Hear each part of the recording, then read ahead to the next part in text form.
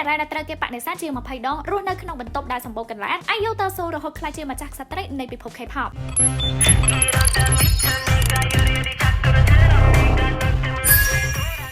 មិនតែមានជីវិតដ៏ជោគជ័យនិងមានទ្រព្យសម្បត្តិរាប់សិបលានដុល្លារដូចសពថ្ងៃនេះខ្សែជីវិតរបស់តារាស្រីកំពូលអាយុគឺពោរពេញទៅដោយភាពកំសត់និងការតស៊ូដែលមនុស្សជាច្រើនមិនធ្លាប់បានដឹងកាលពីវ័យកុមារគ្រួសាររបស់អាយុគឺបានជួបនឹងវិបត្តិសេដ្ឋកិច្ចយ៉ាងធ្ងន់ធ្ងររហូតដល់ថ្នាក់ខ្សែធននិងជំពាក់បំណុលគេវ័នកស្ថានភាពដ៏លំបាកមួយនេះគឺបានបង្ខំឲ្យឪពុកម្ដាយរបស់គាត់ត្រូវរស់នៅបែកគ្នារៀងៗខ្លួនឯអាយុនិងប្អូនប្រុសគឺត្រូវរស់នៅក្រោមការចិញ្ចឹមបីបាច់របស់លោកយាយចាស់ជរាពួកគាត់ទាំង3នាក់គឺត្រូវរស់នៅក្នុងបន្ទប់ជួលដ៏តូចចង្អៀតមួយដែលគ្មានសូម្បីតែម៉ាស៊ីនកម្ដៅនៅរដូវរងាហើយថែមទាំងសម្បូរទៅដោយសត្វកន្លាតរត់ពេញបន្ទប់ទៀតផងដោយសារតែមានដងសិល្បៈពីកំណើតនិងចង់រកលុយមកជួយសម្រាប់ទុកលំបាកអាយុគឺបានសម្រេចចិត្តដាក់ពាក្យប្រឡងតាមក្រុមហ៊ុននិងផលិតកម្មនានាប៉ុន្តែជាលទ្ធផលគាត់ត្រូវបានគេបដិសេធនិងធ្លាក់រហូតដល់ជាង20ដងដែលសូម្បីតែក្រុមហ៊ុនយក្ស JYP ក៏ធ្លាប់បដិសេធដល់រូបគាត់ផងដែរអ្វីដែលឈឺចាប់និងអាស័យបំផុតគឺគាត់ធ្លាប់ត្រូវក្រុមហ៊ុនបាក់ប្រាស់មួយភូតផលយកលុយដែលគាត់ខំសន្សំរត់បាត់ស្រមោលតែម្ដងដែលធ្វើឲ្យក្មេងស្រីរូបនេះយំសោកស្ទើរតែអស់សង្ឃឹមនៅក្នុងជីវិតបើទោះបីជាឆ្លងកាត់ការដួលនិងការបរាជ័យរាប់មិនអស់ក៏ដោយវាថាចោះចាញ់មិនដែលស្ថិតនៅក្នុងចិត្តរបស់ឯងយូរឡើយនៅក្នុងឆ្នាំ2008គាត់គឺបាន debut ចូលសិល្បៈជាផ្លូវការហើយលុះដល់ឆ្នាំ2010បទចម្រៀង Good Day របស់គាត់គឺបានផ្ទុះខ្លាំងទូទាំងប្រទេសតែម្ដងត្រឹមតែរយៈពេល2ឆ្នាំក្រោយទទួលបានភាពល្បីល្បាញអាយុគឺអាចរកចំណូលបានយ៉ាងច្រើននិងបានយកលុយទៅសងបំណុលជំនួសឪពុកម្ដាយបានទាំងអស់បច្ចុប្បន្ននៅក្នុងវ័យ